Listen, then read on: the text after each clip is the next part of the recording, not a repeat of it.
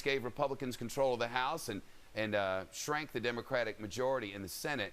So where does President Obama go from here?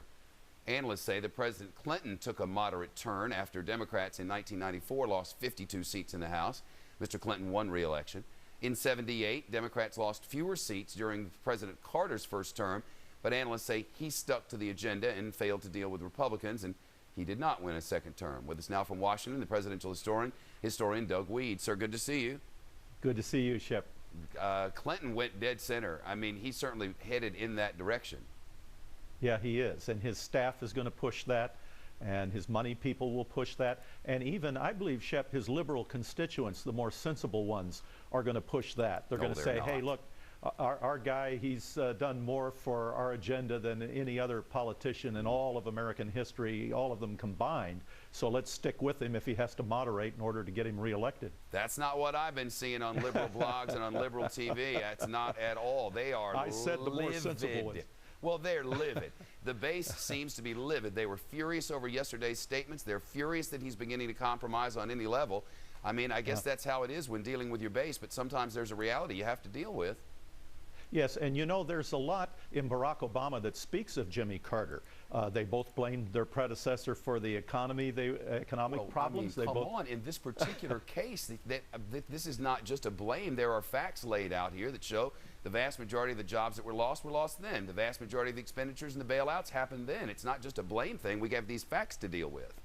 It is, but there's a little bit of defensiveness. If you remember, Jimmy Carter blamed the malaise of the American people, and you've got a little bit of that. Enemies, Republicans, blame Fox TV even.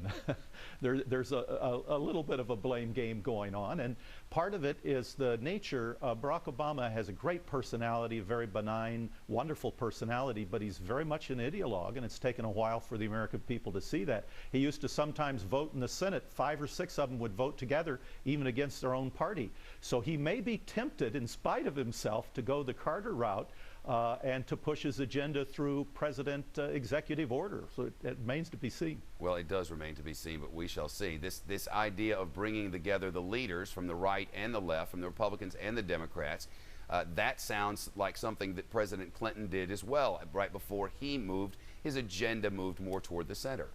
That's the Clinton template, and that's the logical way to go. But you know, these presidents, I interviewed Jimmy and Rosalind Carter after they lost their election, and at one point in the interview, Rosalind stood up. She said, you know, if Jimmy had bombed Tehran, he would have been reelected. And she was right. The hostages would have died, but he would have been reelected. So sometimes it's not about winning and losing. It's not college football. Sometimes this is egos on the line and conviction is on the line. So that's why it's not going to automatically happen the way Clinton did it. We'll see. Yeah, there were lives on the line too, and thankfully that thing worked itself out and they all got home. Man alive. It's good to talk to you. Thanks very much. Thanks, Shep. Doug Wead with us live from Capitol Hill.